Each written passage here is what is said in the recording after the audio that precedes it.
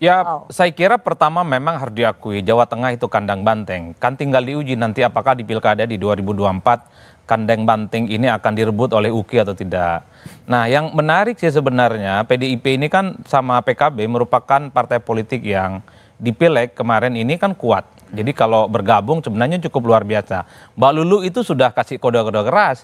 Ini PDIP dan PKB sangat keras mungkin. Banget. Misalnya nih Andika Perkasa Lulu itu kan keren juga di Jawa Tengah. Yes. Atau misalnya dikaitkan dengan Jakarta juga oke nih Mbak Lulu ini kan. Jangan yang lain terus disebutkan. Mbak Lulu saya kira available untuk maju dimanapun. Ya mirip-mirip lah dengan Kaisang. Jakarta oke, Jawa Tengah juga oke. Tapi secara prinsip begini, kalau membaca surveinya Litbang Kompas ya kemarin, saya kira kan memang Jokowi efek kan sudah mulai berkurang, berganti dengan Prabowo efek. Ya. Nah saya khawatir nanti setelah pelantikan 20 Oktober, PDIP ngomong sama Prabowo, nih jangan-jangan bagi coupling dan bagi wilayah aja nanti soal siapa yang harus dimenangkan di pertarungan. Karena elit di negara ini saling mengunci dan saling berkomunikasi sama yang lain. Audrey satu hal, pernyataan Bang Doli itu saya kira luar biasa. Jadi PSI mestinya sudah harus ngomong kemauannya apa. Kaisang mau maju atau tidak di Jakarta atau Jawa Tengah atau di tempat yang lain. Jangan sampai orang lain berspekulasi dan mereka kesulitan untuk memutuskan bagaimana langkah politik mereka. Kenapa kesulitan? Apapun judulnya, Mas Kaisang ini anak presiden, udah itu aja Mbak. Jadi orang-orang ada yang di Kim ini sampai kalau hari anak presiden kenapa ya? Kenapa? Kita udah pernah punya presiden begitu banyak, nggak pernah pusing ini gitu loh. Hanya karena anak presiden. Kenapa kata ini Kaisang anak presiden? Menjadi sesuatu yang sangat mengganggu nalar saya gitu. Nah itu UKI sebenarnya bisa menjawab itu Bang. Kita sudah punya presiden sampai 7. Belum pernah saya mendengar ada orang bilang karena dia anak presiden. Itu kutukan bagi kita itu kalau menurut saya. Gak boleh itu. Karena Pak Jokowi juga sudah pernah ditanya sama wartawan, ini Mas Kaisang mau maju mana, Jakarta atau Pilkada Jawa Tengah? This is not right. Begini, ketika kita bicara orang karena bapaknya punya kuasa, kita sedang mengalami kemunduran. Ya saya selesaikan dulu Bung. Ini bahaya buat kita. Dan kalau orang seperti UKI ini nggak peduli keadaan kayak begini, UKI kamu mundur deh dari partai. Orang muda ya. Orang muda. Karena kita berharap orang-orang kayak UKI ini. Dulu kita bersama menganggap mereka saudara kecil. Kita berharap anak-anak muda ini penuh dengan jiwa yang murni gitu loh. Dan waktu itu Mas Kaisang juga dirangkul sama Mbak Puan juga kan bertemu. Jadi saya kaget tadi Bung Adi bilang, nih cepat-cepat lah karena bagaimanapun anak presiden. So kalau anak presiden kenapa? Apa bedanya dengan kita orang biasa? Anak Presiden Jokowi itu kata kuncinya. Saya sangat terganggu itu. Begini ya. Karena anak Presiden justru tidak ada yang boleh ya. Sekarang boleh. Memang fenomena Pak Jokowi ini memang luar biasa ya. Artinya biasanya begini. Seorang presiden di periode terakhir, di tahun terakhirnya periode terakhir, itu approval rate-nya itu biasanya merosot. Ya, merosot. Saya ingat sekali dengan segala hormat kepada Pak SBY, saya lihat waktu itu ya tahun 2013 approval rate Pak SBY 14%, 17%, sekitar belasan persen. Ya, Pak Jokowi di tahun terakhir, periode terakhirnya itu elektabilitasnya 75 sampai dengan 80-an%. Artinya? Ya, artinya apa? Artinya begini, maka approval rate yang tinggi ini maka menjadi sesuatu yang kewajaran. Sesuatu yang kewajaran. Sesuatu yang kewajaran. Begini dong, saya gantian dong Bung. Gantian dong Bung.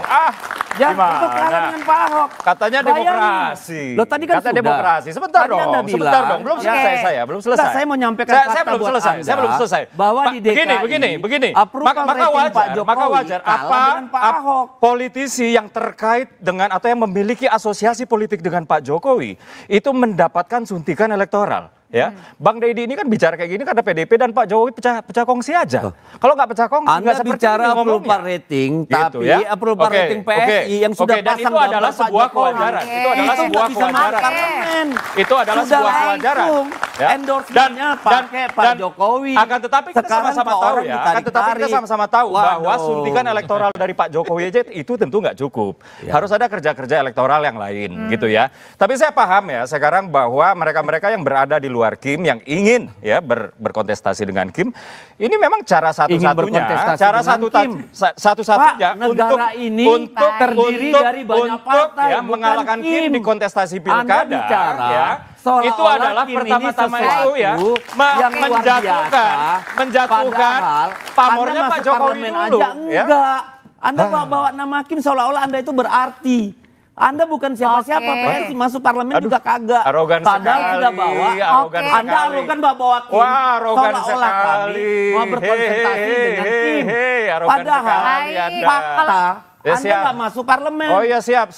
Ya, Arogan enggak, sekali. Anda pertama begini, saya arogan. Karena tadi Anda mendahului dengan mengatakan mau berkontestasi dengan Kim. Seolah-olah Kim itu paling hebat. Oke, bentar, Bang Deddy masuki. Saya mau pilkada itu kontestasi, Bang Deddy. Oke. Tapi kan tidak dengan Kim, Pak. Emangnya? Oke. Tidak dengan Kim. Kalau gitu oke. Saya mau Memangnya kasih- negara ini dari Kim dan di luar Kim. Oke. Anda logikanya di mana? Oke, bentar. Saya mau tanya dulu ke Bang Doli kalau pakai gitu. logikamu, apakah negara ini terdiri dari Kim dan di luar Kim? Oke. Kan tidak, Pak. Dengan partai-partai di dalam Kim, kita berkoalisi di banyak daerah. Bagaimana Anda bisa membilang kontestasi ini antara Kim dengan di luar Kim? Betapa begini arogannya loh. Anda. Oke, begini bentar. loh, Bang Deddy. Masuki Bang Deddy, saya mau kasih kesempatan buat Ayo, Bang Bang Doli Deddy, dulu Bang. deh. Bang Doli dari Partai Golkar. Bang Doli masih bersama kami ya? Ya. Oke, Bang Doli ini nengahin ini panas banget nih di sini nih. Emang bener nih yang memang punya harus Kim gitu. ini kemudian juga mau Bang Doli menantang kan yang di nonton luar drama. Kim. Atau sebenarnya gimana nih Bang Doli buat Doli tengahin ini yang Batak panas tapi ini? Jawa nih. Halus. Tapi Monggo, Bang. Oke. Enggak, saya kira begini ya, soal Koalisi Indonesia Maju ini kan kita punya sejarah saja ya, bahwa ada beberapa partai politik yang kemudian kemarin berhasil mengantarkan Pak Presiden yang namanya Pak Prabowo dan Wakil Presiden Pak Gibran sebagai Presiden terpilih dan Wakil Presiden terpilih. Nah, tentu cerita manis success story ini menjadi motivasi ya buat partai-partai politik yang terhadap Koalisi Indonesia Maju ini. Sebisa mungkin kerjasama ini bisa dilanjutkan setidaknya 5 tahun, apalagi menghadapi event-event politik seperti pilkada. Tapi kami juga memahami ya bahwa kontestasi pilpres, pileg gitu ya, nggak bisa juga dijiplak bulat-bulat dengan pilkada. Ya, dinamikanya berbeda, kulturnya berbeda. Yang paling konkret hasil pilegnya juga beda. Ada partai politik yang di nasional suaranya signifikan, tapi di daerah tertentu kecil. Sebaliknya juga begitu, ada yang di nasional kecil, di daerah juga besar. Nah, ini pasti mempengaruhi soal konstelasi di daerah. Makanya kalau sebaiknya memang kalau kami memahaminya, kalau memang bisa dibangun kerjasama sesama dengan partai politik yang sudah terlihat kerjasamanya kemarin dalam berhasil di pileg, itu sangat ideal. Tapi kan nggak mungkin kita juga bisa menutup diri komunikasi dengan partai politik yang lain. Karena tadi kita termasuk dengan PDI Perjuangan dan juga PKB, Bang Doli? Loh, ya iya, karena faktanya memang harus begitu. Kalau nggak bisa, misalnya dengan teman-teman itu nggak mungkin di satu daerah kami nggak bisa ikut mencalonkan kader kami atau tidak bisa ikut berkontestasi di daerah itu gitu loh. Ya kita lihat aja lah sekarang misalnya, toh juga dengan teman Koalisi Indonesia Maju terakhir misalnya soal Banten ya, baik-baik aja tuh saya dengan teman-teman Gerindra bagus-bagus saja. Kemarin juga Pak Kaisang di pada saat Golkar dengan terbuka mengatakan mohon maaf kami di Banten berbeda, kami dukung koalisi ini. Ya buat kita nggak ada masalah. Nah kemudian dengan begitu kami juga kan pasti membuka komunikasi dengan partai politik yang lain. Jadi itu suatu hal yang biasa dan Indonesia ini sudah melakukan pilkada udah berapa kali ya, sudah sekian kali. Jadi kita sudah terbiasa juga bersama-sama dengan partai A di kontestasi di daerah ini. Juga sudah terbiasa juga tidak bersama-sama di daerah yang lain. Gitu. Itu sudah biasa aja. Gitu.